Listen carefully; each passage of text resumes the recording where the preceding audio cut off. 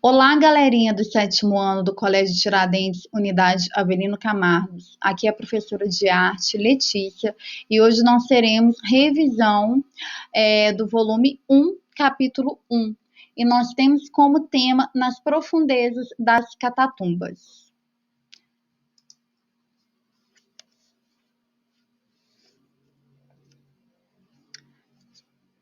Então, galera, nós temos como principais objetivos neste capítulo conhecer as pinturas realizadas nas tumbas dos primeiros cristãos, experimentar a dança da tarantela, atividade inclusive que nós já fizemos dentro da sala, né, antes do isolamento social, construir e tocar um instrumento musical. Na verdade, a gente não vai conseguir construir por conta de materiais, mas terá uma parte da revisão que eu vou tocar um instrumento para que vocês possam entender melhor sobre a parte que fala sobre a criação, o surgimento das notas musicais. Saber mais sobre como eram as primeiras igrejas católicas. Então vamos lá. Espaços culturais como museus e galerias provavelmente são seus conhecidos quando o assunto é a exposição de obras de artes visuais. Mas você já imaginou que em algum momento de nossa história as pessoas apreciavam desenhos e pinturas no interior de tumbas, ou seja, nos cemitérios? E que nesse mesmo local executavam danças macabras, também chamadas de danças da morte? Pois é neste contexto sinistro que investigaremos ao estudar um pouco do que ocorreu no campo da arte durante a Idade Média. Comunicação secreta. Os seguidores de Jesus Cristo, por serem adeptos do monoteísmo, ou seja, quando tem um único Deus, passaram a ser perseguidos pelas autoridades do Império Romano. Por isso, suas reuniões ocorriam de forma secreta nas galerias e nos corredores subterrâneos construídos para abrigar os mortos, que eram chamados de catatumbas. Nelas era comum a produção de pinturas e desenhos com símbolos da nova religião, por exemplo, o peixe, com o objetivo de homenagear os mortos e também de fortalecer a fé cristã, pregando suas bases para os fiéis. Como muitos não sabiam ler, o desenho era a comunicação mais acessível. Então, naqueles tempos de perseguição ao cristianismo, desenhar um peixe na areia era um meio de se identificar e se comunicar com outros cristãos. Mas você imagina por que o peixe é um símbolo de Jesus? Porque peixe, em grego, escreve-se ictus, cujas letras são as iniciais de Jesus. Vocês podem ver na imagem aí, no final da página 3, ok? Então, vamos continuar na página 4. Os mitos greco-romanos nas representações artísticas deram lugar às histórias bíblicas, produzidas por pessoas comuns. As pinturas nas catatumbas não tinham o objetivo de ser fiéis à realidade, mas de transmitir uma mensagem religiosa. Na Antiguidade e na Idade Média, ainda não existiam pinturas delimitadas pela moldura de um quadro, como costumamos ver atualmente. A técnica utilizada era o afresco, que é realizado com poucas e irregulares pinceladas aplicadas diretamente em superfícies rochosas ou em paredes. Então, nesse tipo de pintura que foi citado, né, essa técnica, né, de afresco, ela é preparada da seguinte forma: sobre a superfície da parede é aplicada uma camada de reboco à base de cal, que por sua vez é coberta por uma camada de gesso fina e bem lisa. É sobre essa última camada que o pintor executa sua obra. Ele deve trabalhar com a argamassa ainda úmida, ou seja, ele não pode deixar essa mistura de cal secar, né? Porque a partir do momento que ela seca, ele não consegue mais trabalhar nela, pois com a evaporação da água, a cor adere ao gesso. O afresco se distingue das demais técnicas porque, uma vez seca a argamassa, a pintura se incorpora ao reboco, tornando-se parte integrante dele. Nas outras técnicas, as figuras pintadas permanecem como uma película aplicada sobre um fundo. Além disso, como a parede deve estar úmida para receber a tinta, a camada de gesso é colocada aos poucos. Assim, se alguma área já pronta não receber pintura, ela precisa ser retirada e aplicada posteriormente. Por esse motivo, observando um afresco de perto, podemos notar os vários pedaços em que foi sucessivamente executado.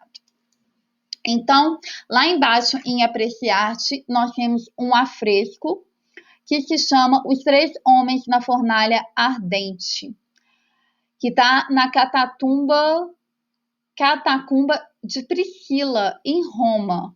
Isso mesmo.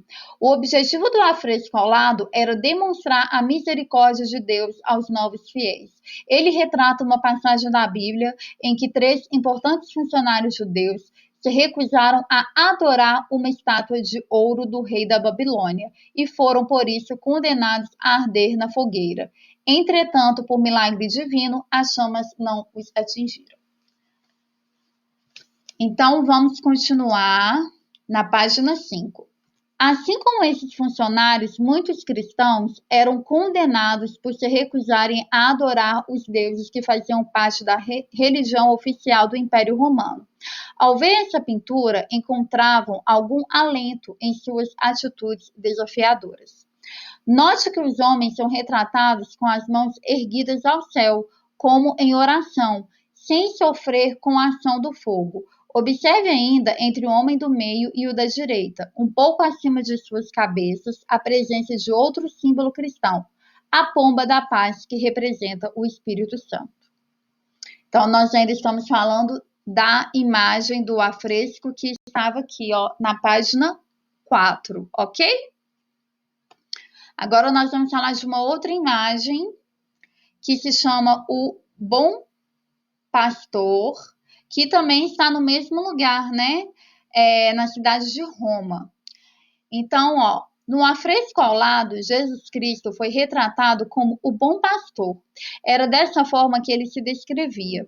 Sobre seus ombros está uma ovelha que, resgatada por ele, simboliza uma alma salva. E agora nós vamos falar um pouco sobre as danças macabras, que eram algumas manifestações, né, que surgiram, né, durante a Idade Média. Além das pinturas nas catacumbas, você consegue imaginar um grupo de pessoas dançando no cemitério? Pois essa era outra prática relativamente comum durante a Idade Média.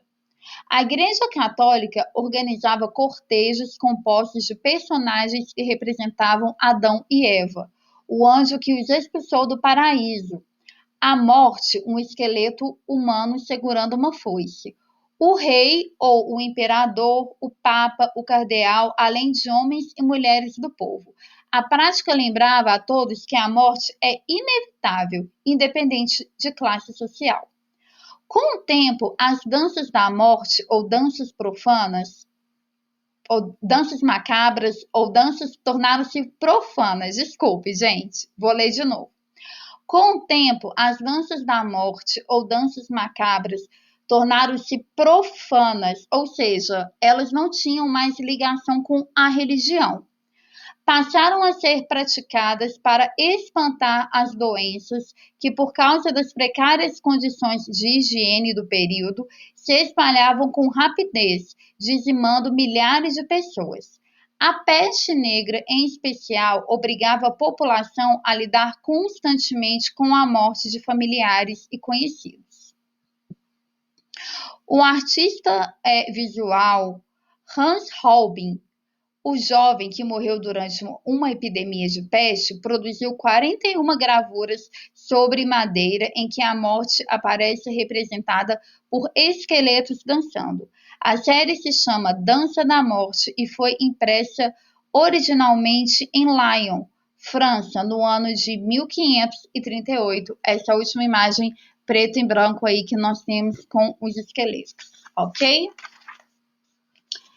Então, olha só, em 1874, o compositor Camille Saint-Saëns, criou a peça Dança Macabra, inspirada em um poema que descreve a morte tocando violino em um cemitério. Enquanto esqueletos dançam à sua volta numa espécie de festa que dura da meia-noite até o amanhecer. Essa música apresenta diversos detalhes interessantes para criar um ambiente macabro. Bem no início, uma harpa toca 12 vezes a mesma nota, simulando as 12 badaladas do relógio para indicar meia-noite. Em seguida, são tocadas algumas notas desarmônicas para criar um ambiente tenso. Um pouco depois, surge um violino solo anunciando o tema que prevalece sobre a orquestra e que representa a morte, convidando os mortos a dançar. Surge então o xilofone, que imita o som dos ossos dos esqueletos se tocando enquanto dançam. A música vai se intensificando até perto do fim, quando um violino solo anuncia o término da noite e da dança. Então, nós temos aqui, vou mudar rapidinho, tem um link. Se vocês copiarem e colarem esse link, vocês vão para uma página no YouTube, onde tem a apresentação de uma orquestra tocando a música Dança Macabra, tá bom? Que é essa que eu acabei de falar sobre ela agora. Então, gente, durante esse período, né, de danças, em toda a Europa, em especial entre os séculos XI e XII, dançava-se freneticamente, expressando-se o desespero diante da dor e o medo da morte. O fenômeno ficou conhecido como dançomania. Na Itália, em especial, chamou-se de tarantismo. As infestações de aranhas, tarântulas, eram comuns e acreditava-se que, ao dançar, a vítima da picada transpiraria bastante até eliminar o veneno. Assim, toda a comunidade se reunia para dançar com a pessoa que foi picada. Os passos eram ágeis e vigorosos e aproveitava-se para esmagar as aranhas no processo. Surgiu assim a tarantela, uma dança típica italiana que é dançada em pares, com pandeiros nas mãos para marcar o ritmo.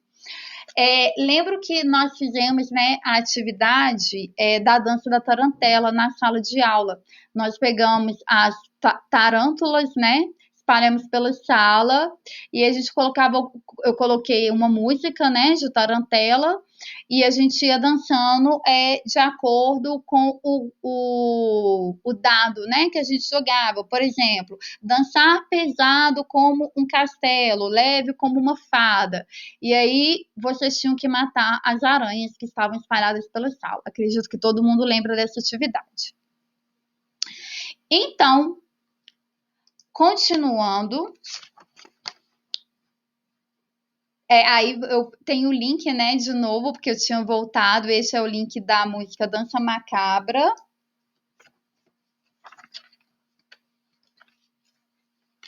Continuando na página 7, nós vamos falar um pouquinho sobre o filme Sétimo Selo, de 1956, do cineasta sueco Ingmar Bergman. Um cavaleiro medieval se encontra com a morte e a desafia para um jogo de xadrez. Apesar de ser um ótimo jogador, o cavaleiro não consegue vencê-la e, com outros personagens, termina por embarcar na dança da morte, da qual ninguém escapa. Então, nós temos aí um QR Code que está aí no livro didático. Vocês podem acessá-lo através do Positivo On também. Ele está lá. O nome dele é Sétimo Selo. E também vocês podem copiar esse link e colar em outra página. Então, eu vou parar por aqui para a gente poder continuar no próximo vídeo. Combinado?